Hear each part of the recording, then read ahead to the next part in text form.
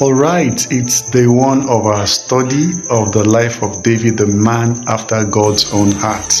And we started looking at 1 Samuel from chapter 16 to 19. 1 Samuel 16 opens up with God speaking to the prophet Samuel that, you know what, stop mourning over Saul because I have rejected him. Now fill your horn with oil and go to the house of Jesse. I have provided myself a king in his house.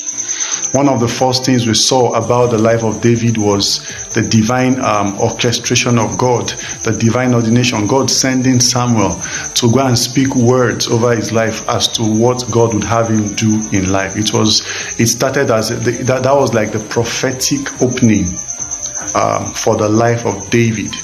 However, when Samuel got to the house of Jesse and he saw Eliab, he was like, this must be the person the Lord spoke to me about.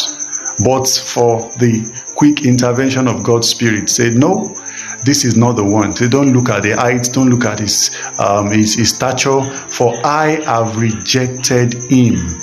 For God does not, says man looks at the outward, but God sees the heart. And I want to speak to someone here today. You might not look like it. The fact that God does not consider the outward circumstance to make his choices when it comes to using men and using men for his glory.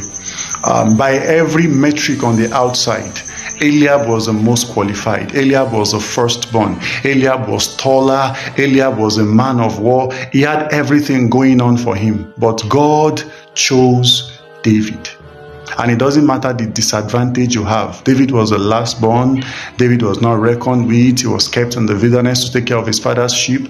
It doesn't matter how low men look at you. Trust me, the fact that you are God's choice is enough reason for you to just rejoice and celebrate. Don't allow anything depress you. Don't allow the opinion of men about you bring you down. What you should ask yourself is, what is God saying about me? And I think a prayer that we should actually pray is that God would, that the Samuel God has sent to speak the right words and anoint you will not be deceived, will be high on discernment so as not to be deceived by what they see, You might not look it. I wanted to share more than this, but if this is the only thing I can share in this video, I would say it. You might not look like what is being declared. You might not look like a king. But the fact that God has anointed you as a king is enough. His word would make you what he wants you to be.